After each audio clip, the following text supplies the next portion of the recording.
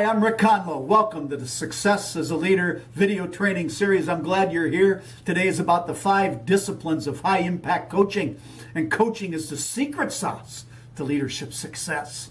I came across some cartoons that illustrate the change that this requires, not only in us as a manager, but also the employees. And one manager's talking to another, says, I thought that change seminar went quite well. And he's talking to another manager about it, and he shows up some of the feedback, and some of the feedback says, forget it. The other says, get lost. People don't want to change sometimes, wouldn't you agree? And then Dilbert's talking to his boss. And the boss says, hey, did you make the changes I asked for? And Dilbert says, that depends. Do you remember what changes you asked me to make? And the manager goes, no. And Dilbert says, yep, I made the changes. Hey, I want you to get ready for this video. Do this with me now. Clap your hands together 3 times. 1, 2, 3, say next. It's one of these right brain, left brain things. Left brain's logical, right brain's the creative. We need the creative in this. 1, 2, 3, next. Yes. Did you get that? Now, I know it's a little crazy, but hey, high impact coaching takes someone who's tenacious. It leverages your time and your talent and your teams to achieve greater sustainable results. My whole coaching career is working with organizations where they're having problems to be able to ramp up results quickly. So let me ask you a question that I've seen. What are the top coaching mistakes managers make? Just kind of think about that. Get 1 or 2 in your head. Then I'm going to go through a list briskly. You ready? You got a couple? All right. See if it's on this list here. First, they don't coach at all. Men and managers don't. They say they do, but they don't. They don't know what coaching is all about. They're dishonest. They don't keep their commitments. They don't follow through. They may not always lie, but it's those 2 other things I just mentioned that happens. They yell, they scream, they swear, they attack. That's not coaching, it's tyranny. They don't know the person they're working with. You got to know your people. They talk too much, listen too little. Coaching is a dialogue, not a monologue. Lack of preparation, they're not ready, they don't have the numbers. They kind of try to fly by the seat of the pants when they're coaching and their people see it, so they're not helpful. They show up late or keep rescheduling. What does that communicate? You're not important. They focus only on goals or only on failures. We got to look at personal development. What are you doing? What's the activity, okay, that gets the goals? All right, what can we learn from the failures? Because that's going to happen to everybody, wouldn't you agree? They offer no help or guidance or a plan. See, coaching isn't just, hey, you did wrong, you screwed up, what's wrong with you? And that's not coaching, that's not good. Coaching is about, well, let's put a plan together. What are we going to do differently or better? Notice the question. And then they lack follow-up. That's a coaching mistake. And they deny responsibility or accountability. Quite frankly, if the employees fail, the manager failed. Wouldn't you agree? A manager's success depends on the success of his or her employees. Let me give you a bonus. They want to be liked versus being respected. Sometimes in coaching, you have to give hard news. You can say, hey, you didn't follow through on that like we talked about. That's direct. That's confronting. Now we see how they react and we go from there. If you want to be an excellent coach, you have to want to help. So these are some of the things I just want to come in, get out of the way so we can focus on these disciplines. Here they are. 5, positive influence, clarity of outrageous goals, high performance thinking and learning, courageous communication, and outstanding results. So I'm going to get into each one a little bit. You may get out a pencil and paper, take some notes, because I'll leave some bullet items here for you to take with you. Now let me remind you this. Coaching is for anyone, anytime, all the time. It isn't just for poor performers, and good performers can benefit as well. So positive influence. So positive influence, that's what leadership is. Coaching should be 99% positive. It doesn't mean you don't tell somebody when they didn't do something or when they made a mistake or when they failed. You'll bring that up. But relationships are built on trust. So you want them to trust you so they can count on you to give them the news they need when they win, give them the news they need when they're not doing so well. Be positive but direct. Be encouraging. And then ask for input. So this is what positive influence is about.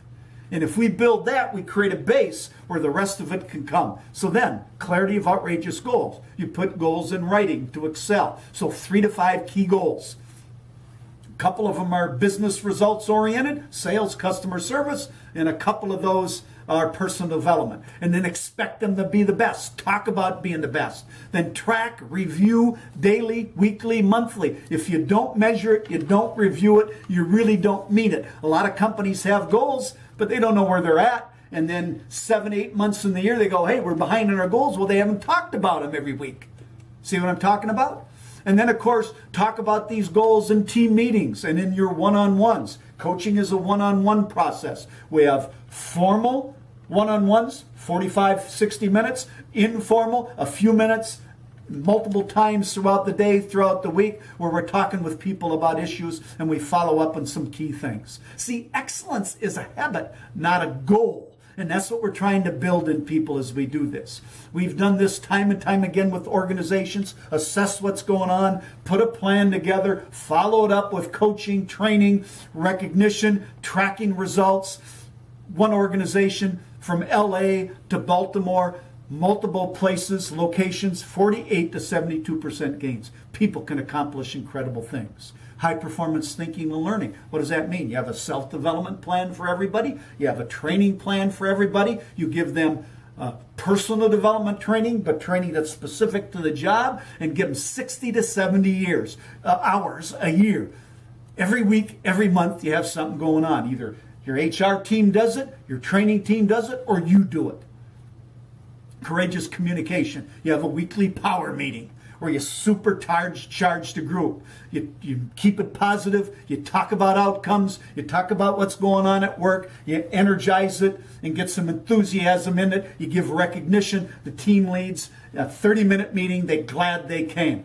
Monthly one-on-ones or more is needed, where you talk about what's working, what isn't working, what they can do differently or better, what their game plan is, what they need from you. Those are the questions to ask and to get feedback on. Then you have openness, when they can tell you what you can do better. They can bring up problems on systems or processes or computer things that have to be changed. See what I'm talking about here? We're really digging in. Some people say it's micromanaging. No, it isn't. It's leadership engagement, because that's where you get employee engagement. And then you focus on outstanding results. You talk about high expectations. You have budget goals, stretch goals. And just about every company I consult with, I find out what the budget goal is, and then I say, now let's do a stretch goal on top of that. And usually budget goals are 3, 4, 5% better than the year before. Stretch goals are 10, 15, 20, 25% higher. You get people to aim higher. If they fall a little short, they still beat the budget goal. And then you apply creative and promotions and competitions where they can see how good they can be for a week, for a few days, for a month, that kind of thing. And then give liberal recognition, praise for results, and then recognition for accomplishments. That could be bonuses, it could be incentives, it could be awards, it could be trophies. I've done it all to try to help people. Limited budget, big budget, with a little creativity, you can do it. And you know what I found? People will achieve the bonus levels. That's what it is. So all of these go together to create an environment that's supercharged, that's high energy, that expects the best, that it's about excellence. And you'll see some case studies here. We've done that in companies. One went from 200 to 600 million. One improved sales, different locations, 75 to 122%. A supermarket chain beat Walmart. Wow! See, people have incredible potential, just like these two people that are listed here. I got a few notes on them here I just want to comment on. Jack Canfield. Wow, he's an author of the Chicken Soup for the Soul series. Multiple books, a variety of areas. Did you know that they were turned down hundreds of times? 144 rejections and over a 14-month period. But he didn't quit. See, what these 5 disciplines do is they build in that persistence, that determination, even that fun coming to work, because we got a lot going on. We're in it together, and people can accomplish incredible things because they stick to it. And then Madonna, I don't know if you knew about her, but the queen of pop. She lost her mother at an early age, dropped out of music school, took a job at Dunkin' Donuts, and she had $35 in her pocket when she went to New York City to go to work. And she was robbed at knife point. I talk about being down in the dumps, but she didn't quit. Those failures strengthened her. She stuck at it. And that's part of what we're building here, not only for our team, but for ourselves. Because if we do these things consistently as a leader, we get results. You will lead and succeed if you become a learner. I have this vision that soars on golden wings. I visualize your achievements and your legacy that sings. I do not know all about your awesome goals or your persistent efforts to raise the bar. I only know you can be the best, a superstar. Thanks for coming.